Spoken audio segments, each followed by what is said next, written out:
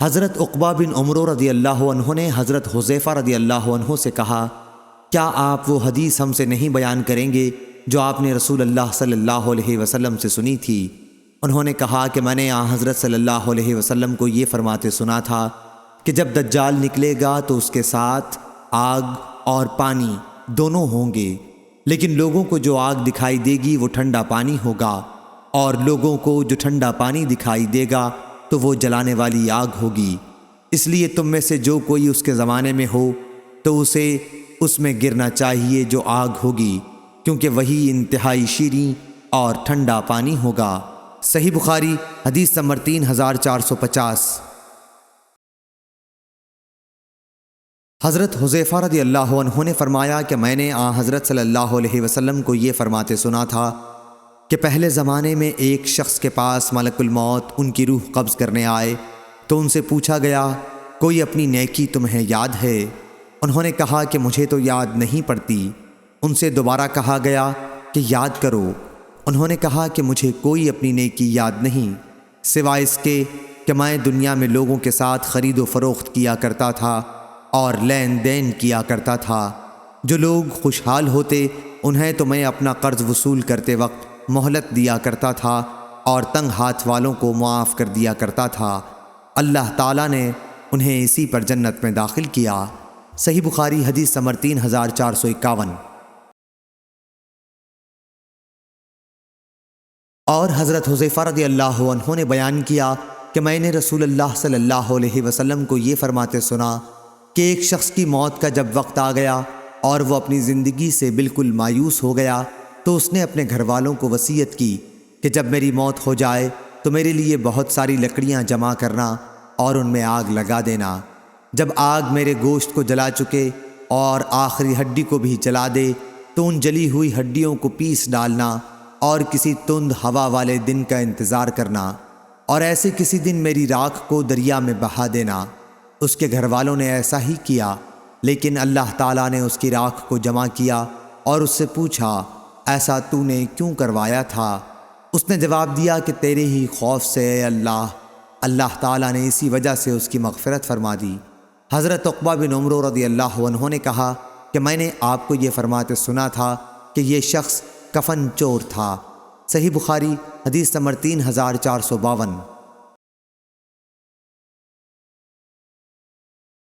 بشر بن محمد نے بیان کیا، انہوں نے کہا ہم کو عبداللہ نے خبر دی، انہوں نے کہا مجھ کو معمر اور یونس نے خبر دی، ان سے زہری نے بیان کیا، انہیں عبید اللہ بن عبداللہ نے خبر دی کہ حضرت عائشہ رضی اللہ عنہا نے اور حضرت ابن عباس رضی اللہ عنہ نے بیان کیا، جب رسول اللہ صلی اللہ علیہ وسلم پر نزع کی حالت طاری ہوئی تو آپ اپنی چادر چہرہ مبارک پر بار بار ڈال لیتے، پھر جب شدت بڑھتی تو اسے ہٹا دیتے تھے۔ حضور صلی اللہ علیہ وسلم نے اسی حالت میں فرمایا تھا، اللہ تعالیٰ کی لعنت ہو یہود و نصارہ پر کہ انہوں نے اپنے انبیاء کی قبروں کو سجدہ گاہ بنا لیا۔ حضور صلی اللہ علیہ وسلم اس امت کو ان کے کیے سے ڈرانا چاہتے تھے۔ صحیح بخاری حدیث نمبر 3453 3454۔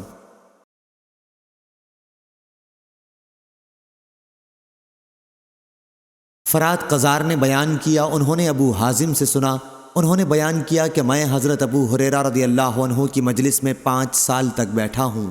میں نے انہیں رسول اللہ صلی اللہ علیہ وسلم کی یہ حدیث بیان کرتے سنا کہ آپ نے فرمایا، بنی اسرائیل کے انبیاء ان کی سیاسی رہنمائی بھی کیا کرتے تھے۔ جب بھی ان کا کوئی نبی ہلاک ہو جاتا تو دوسرے ان کی جگہ موجود ہوتے، لیکن یاد رکھو میرے بعد کوئی نبی نہیں آئے گا، ہاں میرے نائب ہوں گے اور بہت ہوں گے۔ صحابہ رضی اللہ عنہم نے عرض کیا کہ ان کے متعلق آپ کا ہمیں کیا حکم ہے؟ آپ نے فرمایا کہ سب سے پہلے جس سے بیعت کر لو بس اسی کی وفاداری پر قائم رہو، اور ان کا جو حق ہے اس کی ادائیگی میں کوتاہی نہ کرو، کیونکہ اللہ تعالیٰ ان سے قیامت کے دن ان کی رعایا کے بارے میں سوال کرے گا۔ صحیح بخاری حدیث نمبر 3455۔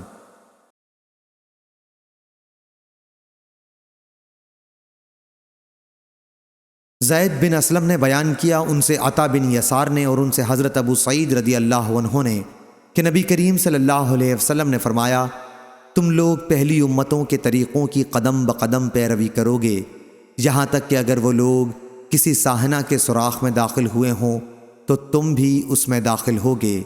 ہم نے پوچھا یا رسول اللہ صلی اللہ علیہ وسلم، کیا آپ کی مراد پہلی امتوں سے یہود و نصارہ ہیں؟ آپ نے فرمایا پھر کون ہو سکتا ہے؟ صحیح بخاری حدیث نمبر 3456۔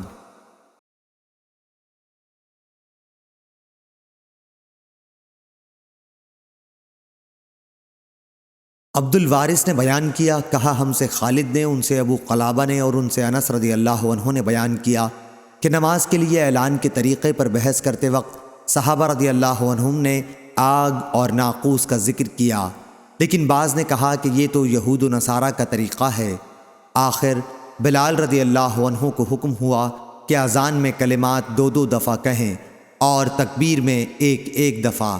صحیح بخاری حدیث نمبر 3457۔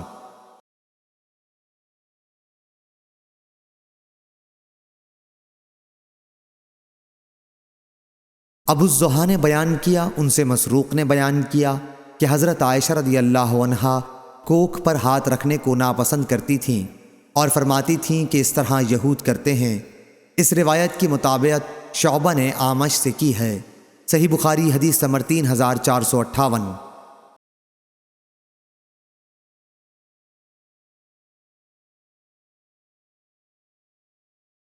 لیث نے بیان کیا، انہوں نے کہا کہ ہم سے نافع نے بیان کیا اور ان سے حضرت عبداللہ بن عمر رضی اللہ عنہ نے کہ رسول اللہ صلی اللہ علیہ وسلم نے فرمایا، تمہارا زمانہ پچھلی امتوں کے مقابلے میں ایسا ہے جیسے عصر سے مغرب تک کا وقت ہے۔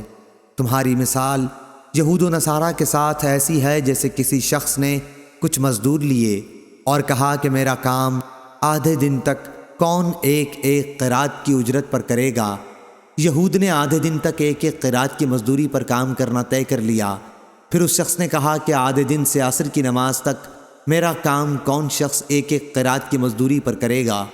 اب نصارہ ایک قرات کی مزدوری پر آدھے دن سے عصر کے وقت تک مزدوری کرنے پر تیار ہو گئے۔ پھر اس شخص نے کہا کہ عصر کی نماز سے سورج ڈوبنے تک 2 قرات پر کون شخص میرا کام کرے گا۔ تمہیں معلوم ہونا چاہیے کہ وہ تم ہی لوگ ہو جو 2 قرات کی مزدوری پر عصر سے سورج ڈوبنے تک کام کرو گے۔ تم آگاہ رہو کہ تمہاری مزدوری دگنی ہے۔ یہود و نصارہ اس فیصلے پر غصہ ہو گئے اور کہنے لگے کہ کام تو ہم زیادہ کریں اور مزدوری ہم کو کم ملے۔ اللہ تعالیٰ نے ان سے فرمایا، کیا میں نے تمہیں تمہارا حق دینے میں کوئی کمی کی ہے؟ انہوں نے کہا کہ نہیں۔ اللہ تعالیٰ نے فرمایا کہ پھر یہ میرا فضل ہے، میں جسے چاہوں زیادہ دوں۔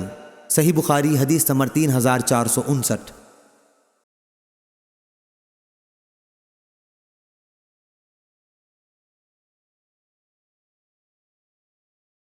حضرت ابن عباس رضی اللہ عنہ نے بیان کیا کہ میں نے حضرت عمر رضی اللہ عنہ سے سنا، انہوں نے کہا، اللہ تعالیٰ فلاں کو تباہ کرے۔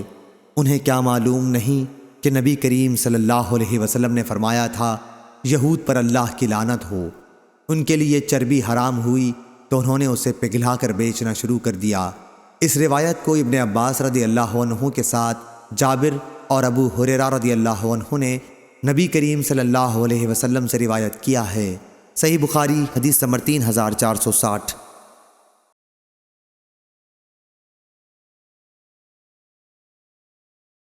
حسان بن عطیہ نے بیان کیا، ان سے ابو کبشہ نے اور ان سے حضرت عبداللہ بن عمر رضی اللہ عنہ نے کہ نبی کریم صلی اللہ علیہ وسلم نے فرمایا، میرا پیغام لوگوں کو پہنچاؤ، اگرچہ ایک ہی آیت ہو، اور بنی اسرائیل کے واقعات تم بیان کر سکتے ہو۔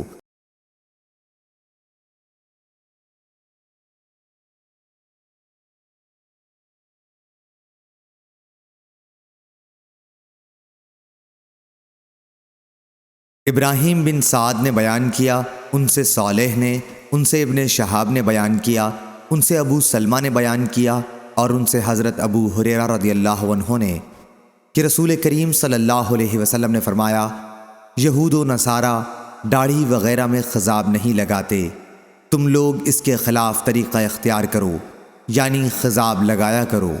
صحیح بخاری حدیث نمبر 3462۔